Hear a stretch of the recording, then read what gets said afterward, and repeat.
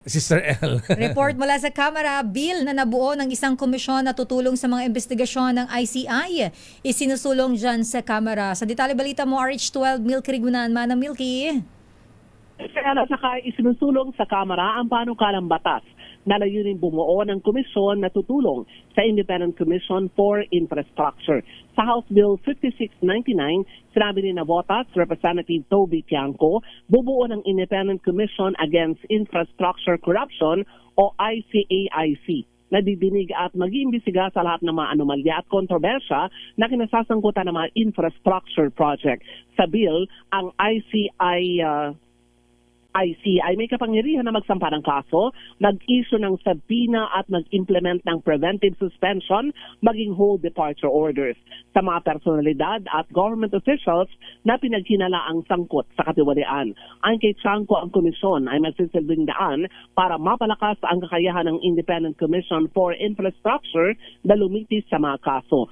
Anya, hindi ito magiging balakid sa trabaho naman ng Department of Justice at ng Office of the Ombudsman at sa ay makatutulong para sa case build-up and prosecution. Dito Tiangco na inip na daw ang taong bayan, kaya kailangan nating bilisan ang aksyon at bigyan ng kapangyarihan ang panukalang komisyon para mapanagot ang mga may kagagawa ng mga anomalya, makulong at mabawi ang kanilang mga ninakaw. Ako si Milky Rigunan para sa DCRH. Yes, okay. Sabi ni Manong Chavit, sabihin daw na imbestigahan din yung mga flood control sa atin DJ Ilocos Norte. Marami po. Oo nga pala. Itong mga nakalipas na buwan ay grabe rin ang mga pag-ulan lakay dyan sa area ng Ilocos. Ayan. At mukhang may mga bilyones din, ha?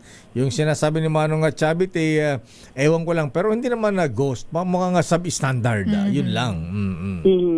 Ay nako, ayaw ni Apo Marcos noon, di ba lakay hanggang ngayon, nagaganda ng mga kalsada noon.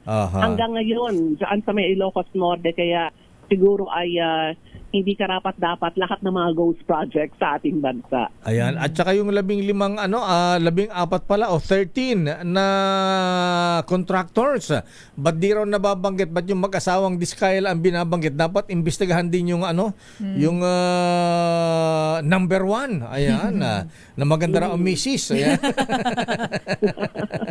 Yung may magandang misis. Oo, na may private jet. O nga pala, yung kayang private jet nitong si Alex Abilido, Director General Raul Del Rosario, ha? Abay, ito ba yung nasa naka-flag, red flag ito, sir? Ayan, Eric Apolonio, ha? Ayan, may private jet ito, dinadala sa New York, Sister L. Talaga, lakay. Naman, Ayan, yung QM Builders, EGB Construction, Center West Corporation, SunWest, Hightone, 888 Construction, ganda ng pangalan nito, ha?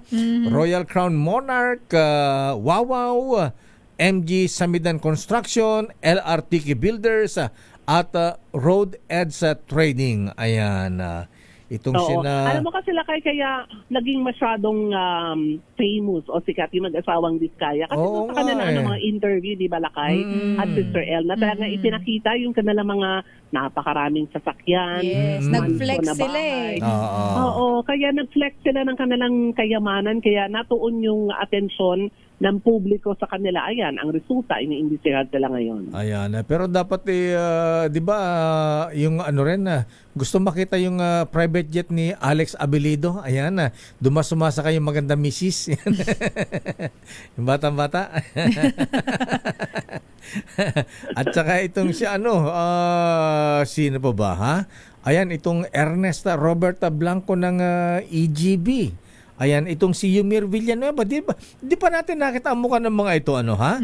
Yung top notch catalyst builder, ayan, itong si Lawrence Lubiano, sa bagay, sikat na ito, ha? Ayan, kilala naman yan. Nakita na yung mukha niya. Si Lawrence Lubiano, ayan. Kinakita ko ng mukha niya sa internet, Itong si Kito, si Boy Kito, ayan, si Boy Kito ko, ayan.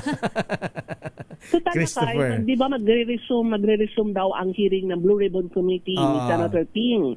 Abay, pwede mong i-request siya. Bakit nga napapatawag? Yung ilang mga kontratista na puro lamang yung mga discount. Yes, oo. Pinapatawag sa mga hearing ng Kamara at Dahil ng flinote Senado. nila kasi yung kanilang mga maraming sasakyan, Rolls-Royce, ayan.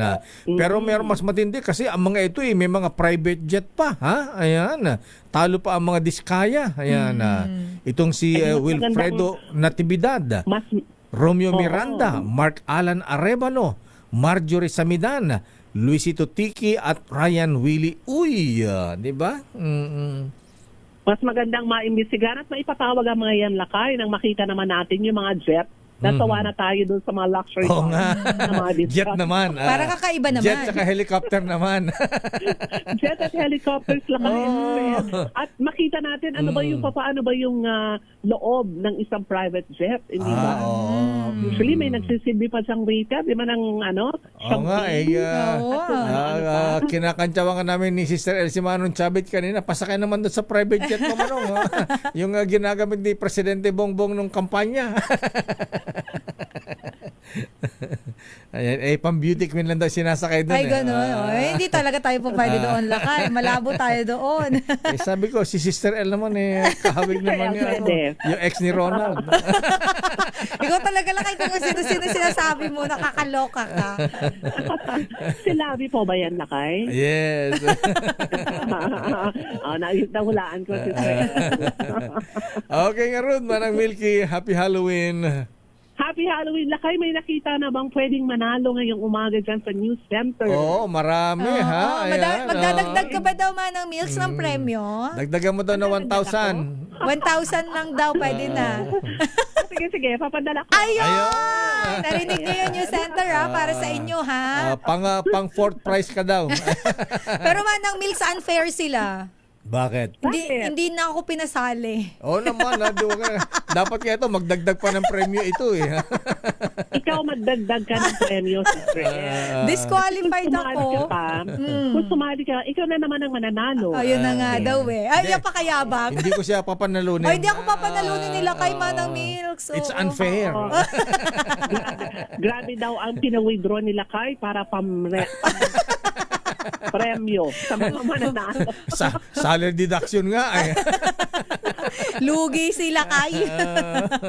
Iba talaga sila kay. Yes, alam mo yan, Manang Milks. Alam mo na tayo mga GI. Ayan. Galanting Ilocano. Okay nga rin. Maraming salamat, Manang Milky. Thank you, Manang Milks. Advance, congratulations sa mga winners sa ating Halloween costume party. Ako si Milky Reguna nagulat para sa DCRH. Una sa Pilipinas, una sa Pilipino.